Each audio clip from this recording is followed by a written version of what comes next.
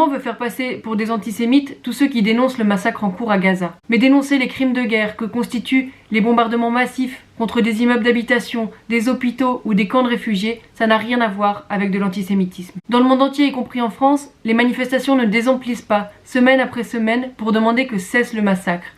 Et en Israël, une manifestation contre la guerre dans la bande de Gaza a réuni à Tel Aviv, samedi 18 novembre, des centaines de citoyens juifs et arabes. En nous interdisant de manifester à de nombreuses reprises, le gouvernement français s'est attaqué à nos libertés. Et maintenant, avec sa loi immigration, c'est à l'ensemble de notre classe sociale qu'il s'attaque. Il pointe du doigt tous ceux d'entre nous qui sont enfants d'immigrés, toutes celles et ceux sans papier et donc sans droit, qui font partie du monde du travail ou ne tarderont pas à en faire partie. Macron n'a vraiment aucune honte.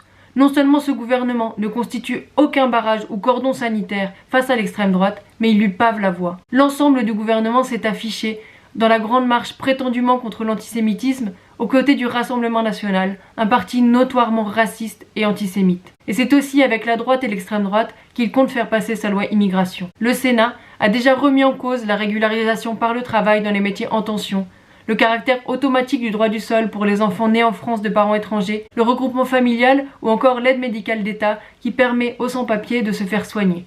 Tout ça avec la bénédiction de Darmanin. Heureusement, des soignants, des médecins ont d'ores et déjà fait savoir qu'ils continueront à s'occuper des migrants, indépendamment de la démagogie raciste de la majorité sénatoriale et de Darmanin. Alors il faut combattre et l'antisémitisme et toutes les formes de racisme. Face à ces nouvelles manœuvres de division, affirmons notre solidarité d'exploités, notre solidarité de classe contre l'exploitation au travail et contre toute la barbarie générée par ce monde capitaliste, à l'image de ce qui se passe aujourd'hui à Gaza. C'est dans la rue que nous devons dire non à la loi immigration et affirmer notre soutien avec le peuple palestinien, et cela tant qu'il le faudra.